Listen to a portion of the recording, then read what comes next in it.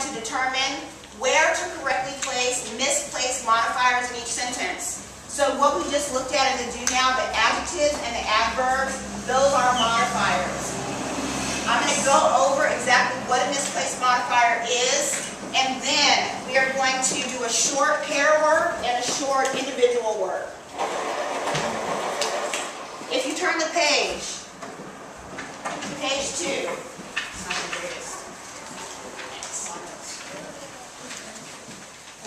Miles, face forward, please. I'm going to go over the notes for a misplaced modifier. It's really important, Lim and Tanksley, that you're paying attention to the notes.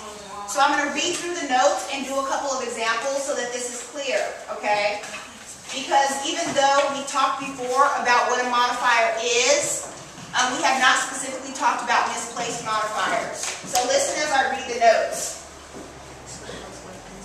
A modifier is a word or phrase that adds information to another part of a sentence. It should always be placed next to the word or phrase it modifies. A misplaced modifier modifies the wrong word and changes the meaning of the sentence. The misplaced modifier is placed too close to some other noun or pronoun which it does not intend to modify. An adjective, an adverb, or a phrase or clause used as an adjective or adverb should refer to a specific word in the same sentence and be placed close to it so that the relationship is clear. So when a modifier is misplaced, it's a descriptive word that's put in the wrong place in the sentence, so it makes the sentence confusing. A modifier is misplaced if intervening words obscure the relationship between it and the word it is intended to modify. A misplaced modifier is confusing because the reader may associate it with the wrong word. So we're going to, Marvell, I'm going to ask you to wait a couple minutes. Yes. So I'm going to look at the first sentence. All eyes are up on the board at this point. I'm going to read the sentence. I'm going to point out what the misplaced modifier is and explain where it should actually go in the sentence. And then this is what you'll be doing with your partner. Selena Gomez has been hanging with Kermit the Frog, a star of the Disney Channel's Wizards of Waverly Place. Keep your personal comments to yourself. And your voices are off. Shh. Thank you. Okay, so in this sentence, it sounds like Kermit the Frog is the star of this show. But thank you for the silent response. But Kermit the Frog is not the star of the show. It's Selena Gomez. So the sentence should read, Selena Gomez, and you're writing this down on the lines, comma, a star of the Disney Channel's Wizards of Waverly Place, comma, has been hanging with Kermit the Frog. So in this particular sentence, this added information about what show she's on and what channel belongs to Selena, not to Kermit the Frog. So that is a modifying phrase. It's misplaced because it needs to be directly to the noun, directly placed next to the noun that it's talking about. So if we wrote that down on your paper for number 1. Number 2, thank you. He's bringing some back, so wait just a minute. F. Scott Fitzgerald is most famous for writing the classic novel The Great Gatsby, who died in 1940. Well, that sentence is confusing and it doesn't make sense. Because this last part says who died in 1940. Well, the novel didn't die. That's talking about F. Scott Fitzgerald. So this is the misplaced modifier. I have to move it next to the noun it's talking about. So you are writing for number 2. Isaac, you with me? All right. F. Scott Fitzgerald, comma, who died, I should see all pens or pencils moving, okay, in 1940, comma, is most famous for writing the classic novel, The Great Gatsby. Period.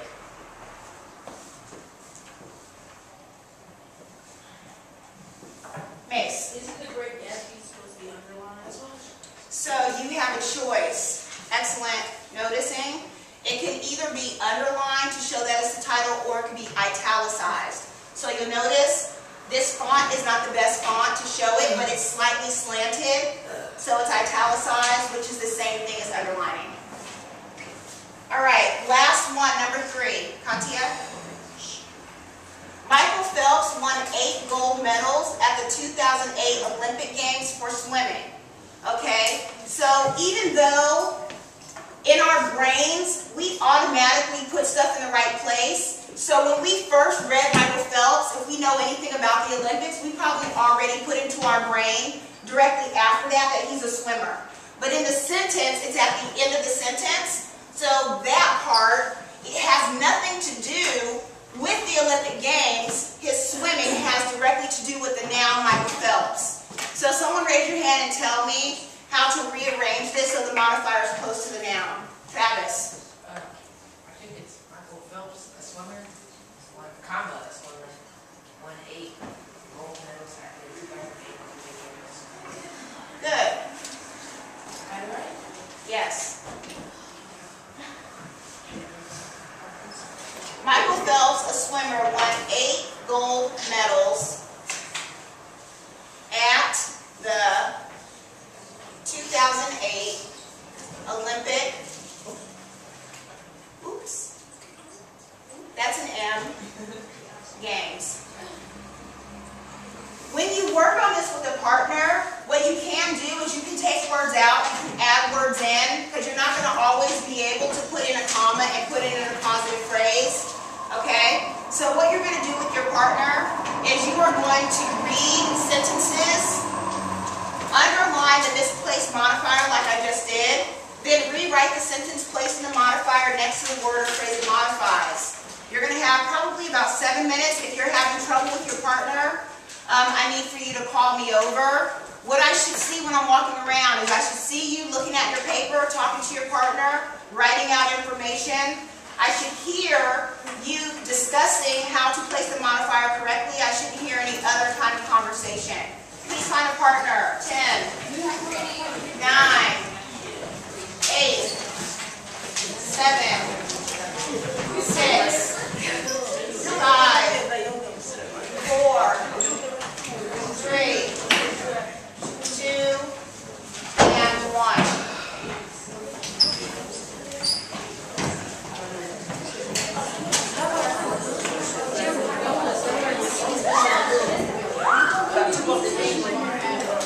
Okay,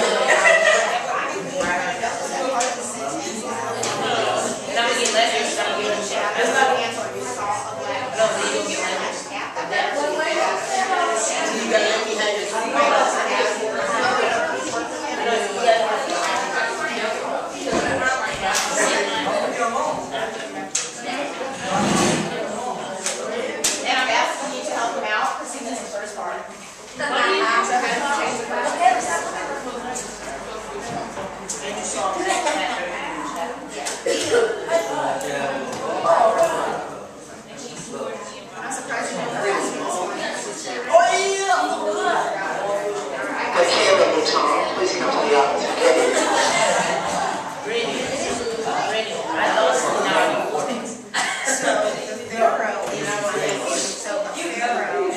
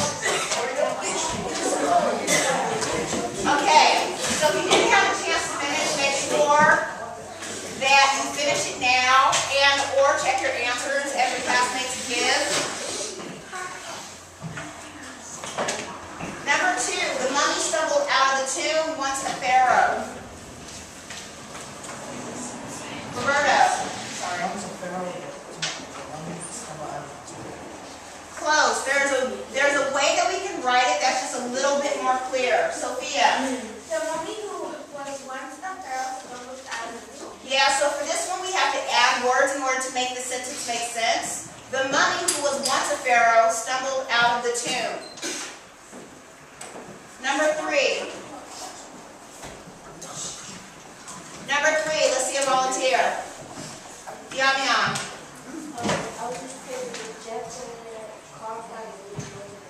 Perfect. The jack-o'-lantern, carved by Maria, glowed in the darkness. The jack-o'-lantern, carved by Maria, glowed in the darkness. Number 4. Travis.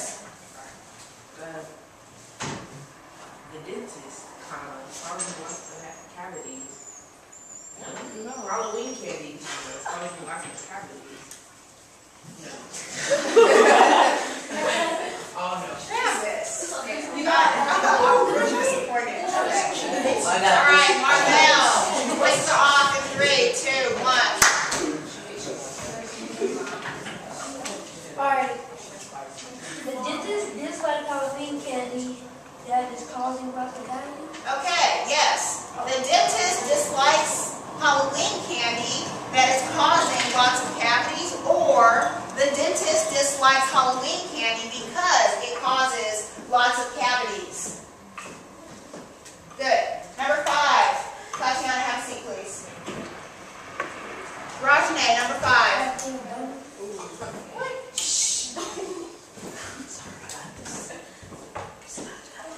Okay, Miles. Her hair, we can draw her face.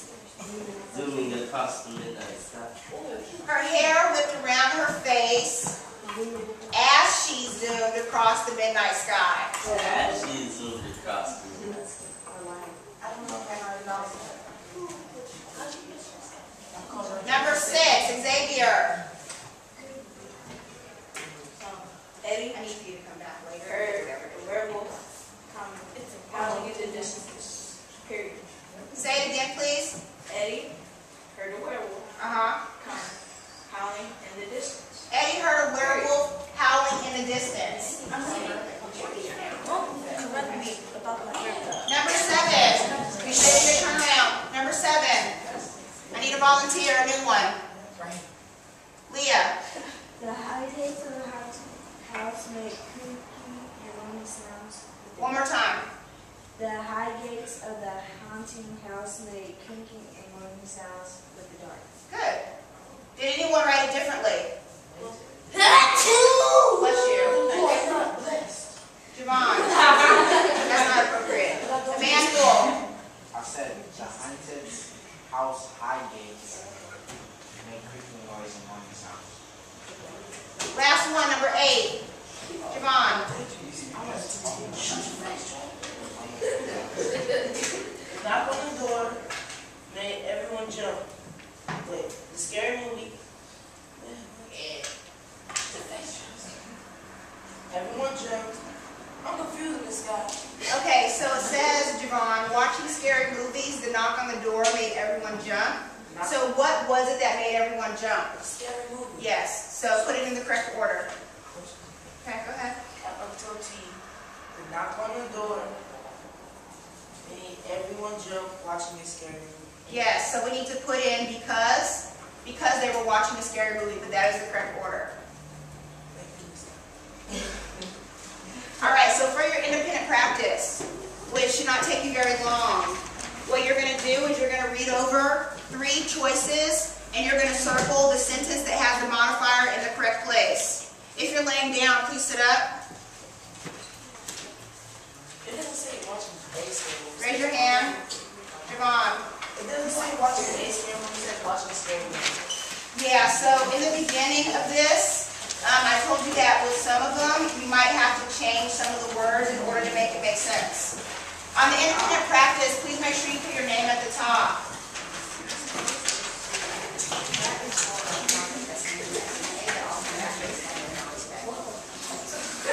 So your voices are off, you're sitting up, you're passing back the independent work, and you're getting started on it. For the independent work, there are 10 items. You're just circling the letter of the best choice that does not have the modifier in the incorrect place.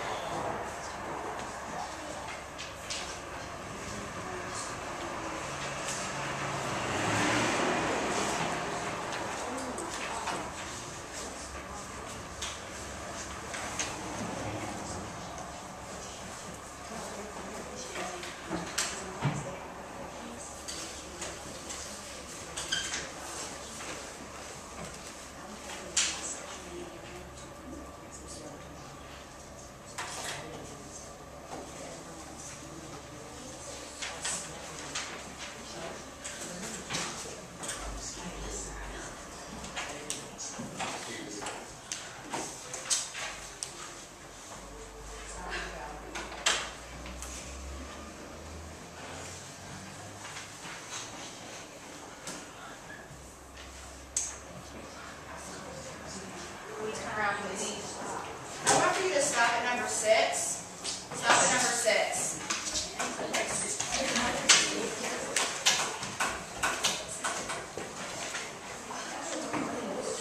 And your voices should still be off. So if I have to address you individually, it will be a deduction for you because I'm asking you to follow very specific directions.